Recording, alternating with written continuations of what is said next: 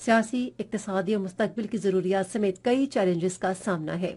انہوں نے اس امر پر زور دیا کہ ملک کو ان مسائل سے نجات دلانے کے لیے تمام فریقوں کو مل کر کام کرنا ہوگا۔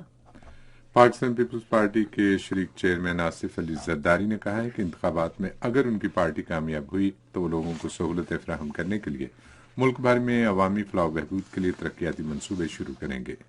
وہ کراچی میں MKM کے سابق رہنما رضا ہارون اور انیس ایڈوکیٹ سے باتیں کر رہے تھے، جنہوں نے پاکستان پیپلز پارٹی میں شمولیت اختیار کی ہے۔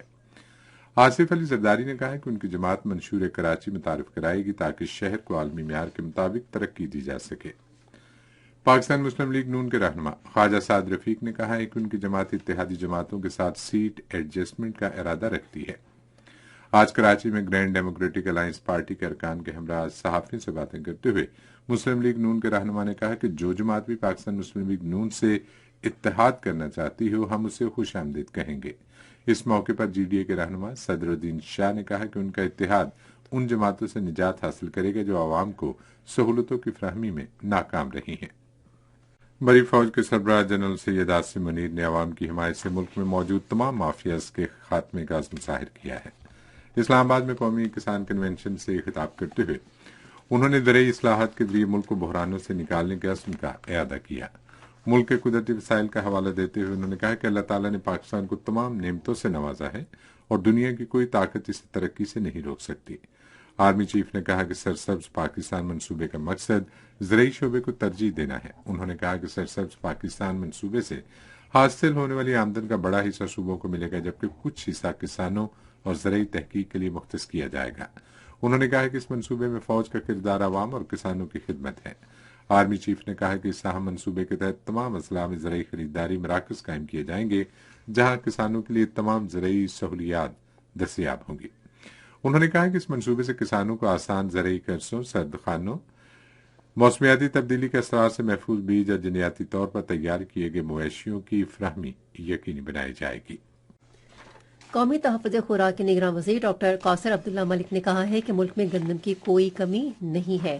آج اسلام آباد میں قومی کسان کنونشن سے خطاب کرتے ہوئے انہوں نے کہا کہ مستقبل قریب میں پاکستان گندم، چاول اور دیگر ضروری اشیاء خوردنی برآمد کرنے کی بھرپور صلاحیت رکھتا ہے۔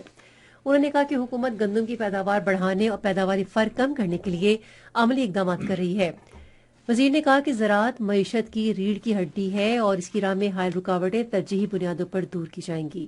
انہوں نے مزید کہا 40,000 ٹن فرٹیلائزر پہنچ گیا ہے، کل 31 دسمبر کو اور اتنا ہی پہنچ جائے گا اور انشاءاللہ اگلے 1-2 ہفتوں میں 1.5 لاکھ ٹن فرٹیلائزر ہم درآمد کر پائیں گے اسے، تو اس سے یہ فرٹیلائزر کی جو پرابلم ہے یہ حل ہو جائے گی۔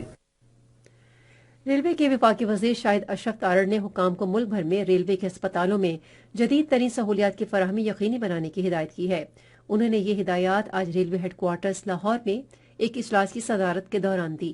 اجلاس میں ریلوے اسپتالوں کو اگلے مہینے سے عوام کے لیے کھولنے کا فیصلہ کیا گیا۔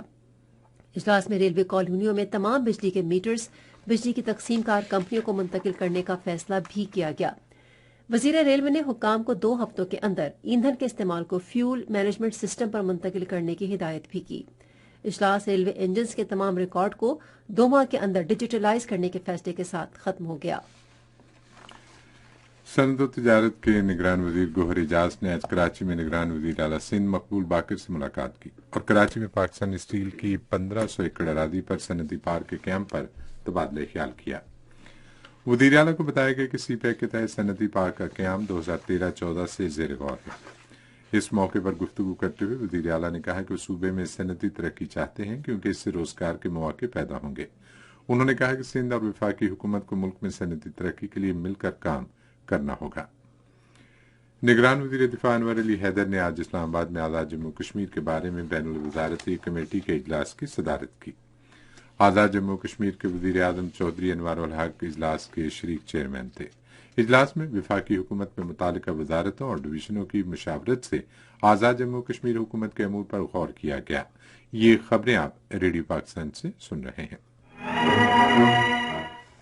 سینٹ کا مختصر اجلاس آج پارلیمنٹ ہاؤس اسلام آباد میں ہوا جس کی صدارت سینیٹر روبینہ خالد نے کی۔